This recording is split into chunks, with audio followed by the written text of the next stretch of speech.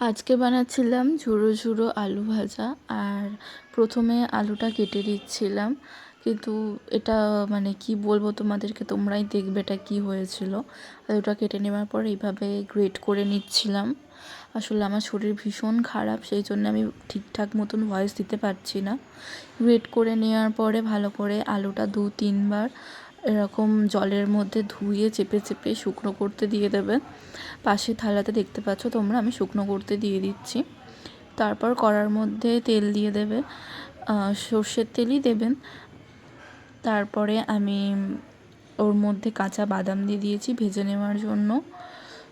কাঁচা বাদামটা ভাজা হয়ে যাওয়ার পরে ওটা লাল লাল করে ভেজে তুলে রাখবেন।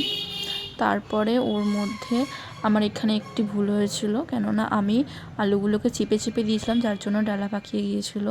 এই যে দেখতে পাচ্ছ, এটা তো আলু ভাজা হয়নি কোনো রকমভাবে, এটা হয়ে গেছে একদমই পকোড়া টাইপের।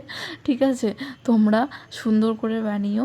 আর আমার এইটা কেউ সেরকম খেতে পারেনি, বাট খেতে ভালোই হয়েছিল, কিন্তু একটু বেশি নুনটা আমি দিয়ে ফেলেছিলাম, যার কারণে খাওয়া যায়নি। তারপর মামুনি আমাকে চুরমুড়ে এনেছিলো, আমি এটাই খেয়েছি। কেমন লাগলো জানিও।